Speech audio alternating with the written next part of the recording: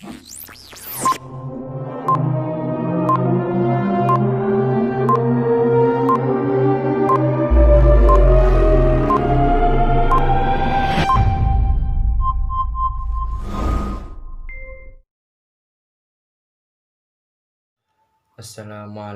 warahmatullahi wabarakatuh.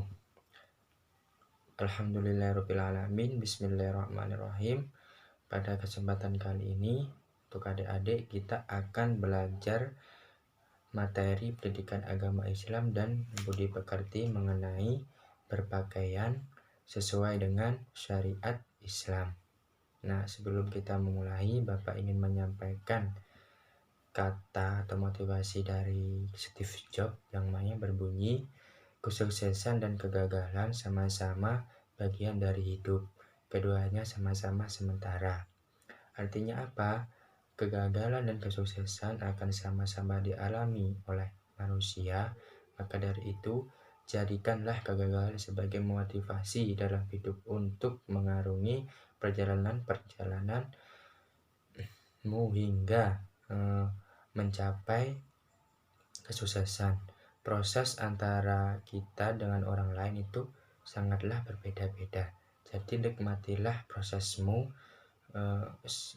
dengan sendirinya sampai kamu menemukan kebahagiaan. Nah, dan juga semua kegagalan dan kesuksesan hanyalah bersifat sementara. Maju terus dan jangan patah semangat. Jadi renungkanlah dari kata-kata tersebut untuk motivasi bagi adik-adik, khususnya kelas ATP 1 dan kelas 10 ATP 2. Nah, selanjutnya kita akan belajar mengenai berpakaian sesuai dengan syariat Islam. Nah, ini juga penting terutama bagi perempuan maupun laki-laki. Selanjutnya, pengertian busana muslim. Busana muslim atau pakaian yang seharusnya dikenakan oleh umat muslim, baik ini wanita maupun laki-laki, dalam setiap aktivitas kegiatan sehari-hari perlu kita pakai. Dari kegiatan non-resmi maupun resmi seperti rekreasi, kerja kelompok, dan kegiatan-kegiatan lainnya yang mana dianjurkan oleh agama Islam untuk berpakaian yang sopan. Selanjutnya, syarat-syarat dalam berpakaian muslim. Yang pertama adalah menutup aurat. Aurat secara makna adalah bagian tubuh yang dilihat haram. Karena apa? Karena itu harus ditutupi. Menurut Islam, aurat wanita adalah seluruh tubuh kecuali wajah dan telapak tangan. Ini juga relevan pada firman Allah Quran Surat Al-Ahzab ayat 59 yang berbunyi, Bismillahirrahmanirrahim. Ya ayyuhan nabiyyu qul azwajika wa nabiyika wa nisa'il mu'minin yadnina 'alaihinna min jalabihinna dzalika adna an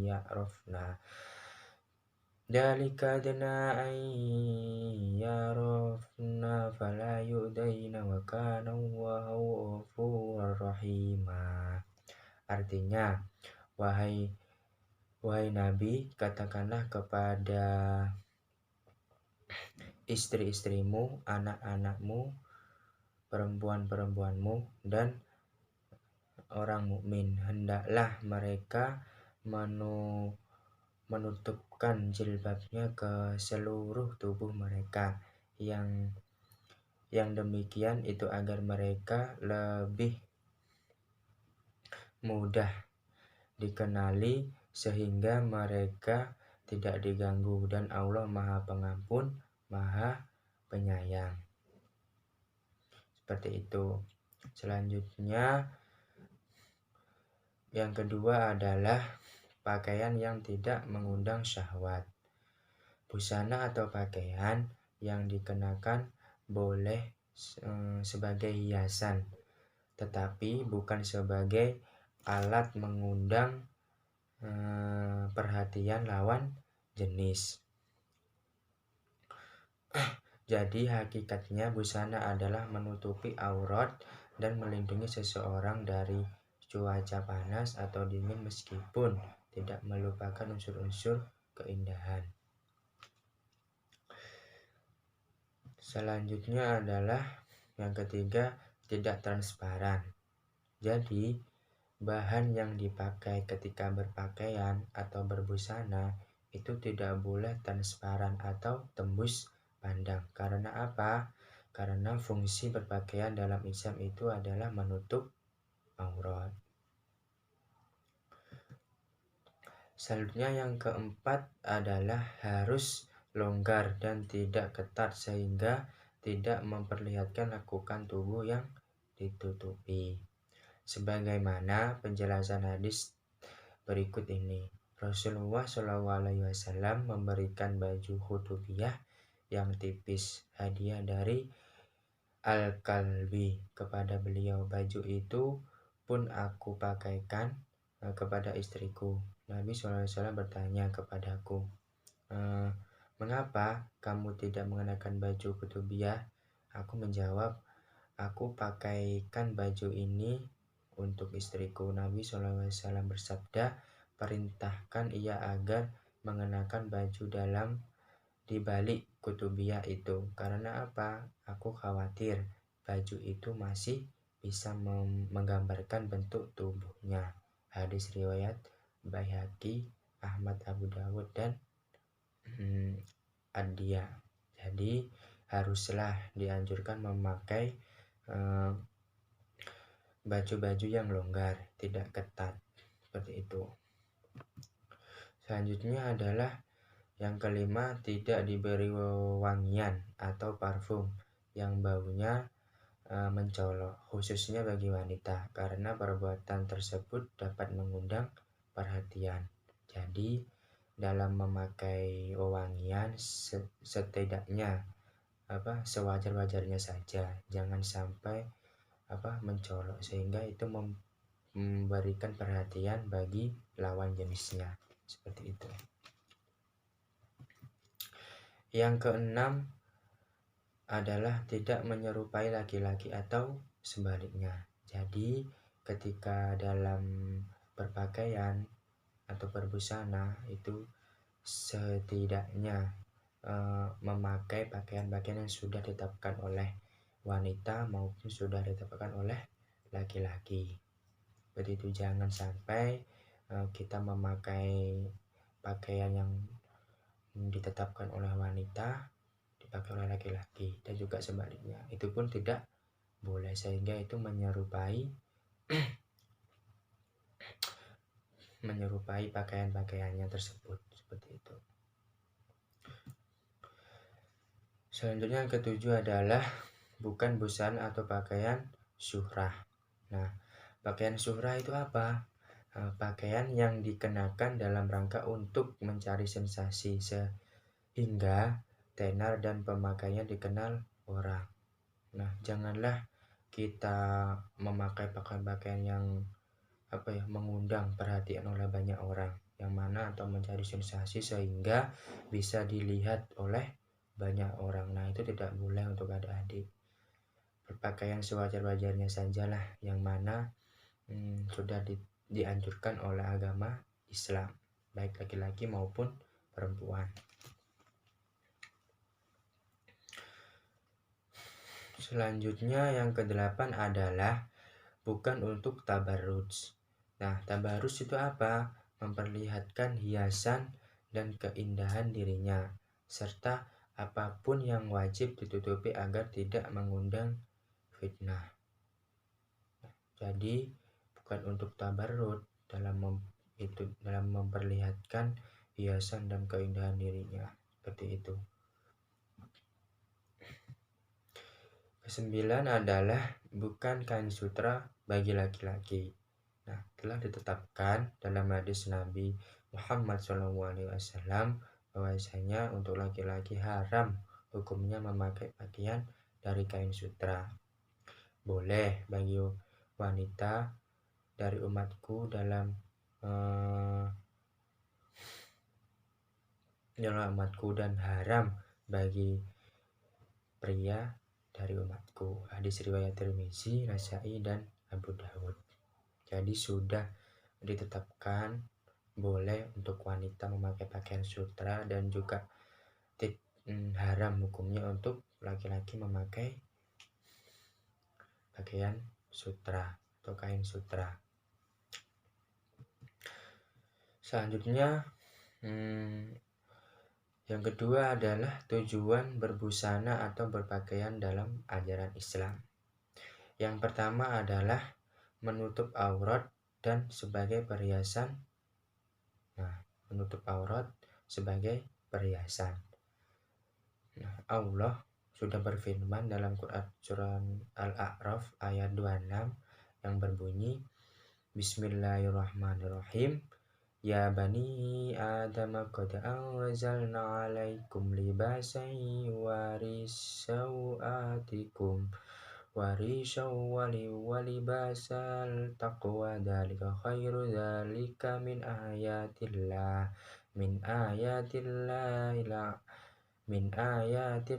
la'allahum yadhkurun. Artinya, wahai anak cucu Adam, sesungguhnya kami telah menyediakan pakaian-pakaian untuk menutupi auratmu, lebih untuk menutupi dan untuk perhiasan bagimu. Tetapi pakaian takwa itulah yang lebih baik. Demikianlah sebagian tanda kekuasaan Allah. Mudah-mudahan mereka ingat. Jadi dianjurkan untuk menutup aurat. Nah, menutup aurat sesuai dengan syariat agama Islam dan berpakaianlah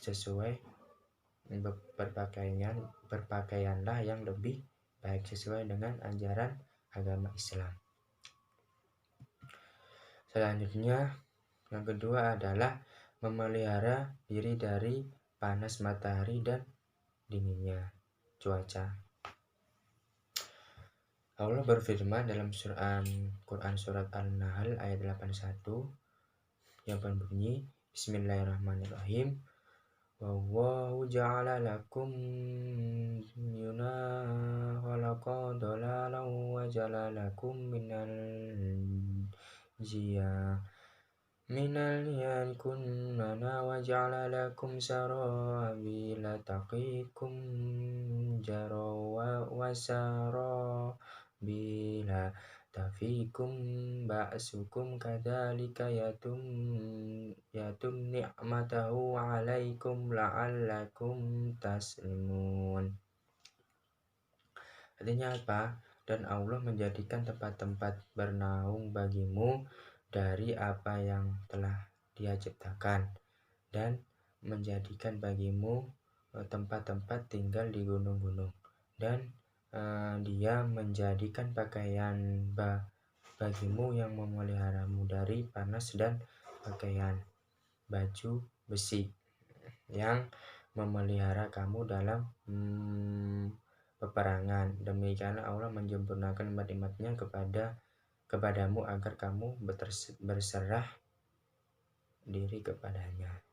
Jadi tujuan dalam berpakaian sesuai dengan ajaran agama Islam itu memelihara diri dari panas matahari dan dinginnya cuaca juga. Selanjutnya yang ketiga adalah sebagai bagian dari ibadah. Jadi ketika kita melakukan pakaian sesuai dengan ajaran agama Islam, itu juga termasuk ibadah bagi diri kita atas bentuk ketakwaan kepada Allah. Ini juga sesuai dengan Quran surat Al-A'raf ayat 31 yang mana diperintahkan yang berbunyi Bismillahirrahmanirrahim. Ya bani Adam khudu zaitakum anda kulli masjid wa kulu washrabu wa la tasrifu annahu la yuhibbul musrifin. Artinya, wahai anak cucu Adam, pakailah pakaianmu yang bagus pada setiap memasuki masjid. Makan dan minumlah, tetapi jangan berlebihan. Sungguh Allah tidak menyukai orang-orang yang berlebihan. Jadi berpakaianlah yang sewajar-wajarnya, tidak boleh berlebihan.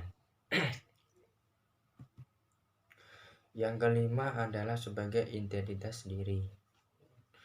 Dalam Quran Surat Al-Ahzab ayat 59 sudah jelaskan bahwasanya Bismillahirrahmanirrahim. Ya ayyuhan nabiyyu qul li azwajika wa nabiyyuka wa nisa'il mu'minina yudnin alaihinna min jalabihinna dalika na ayyurafna fala yu'dina wa kana Allahu ghafurar rahima. Artinya, wahai Nabi, katakanlah kepada istri-istrimu, anak-anakmu, perempuanmu, dan istri-istri orang mukmin, hendaklah mereka menutupkan jilbabnya ke seluruh tubuh mereka. Yang demikian itu agar mereka lebih mudah untuk dikenali sehingga mereka tidak diganggu. Dan Allah Maha Pengampun lagi Maha Penyayang.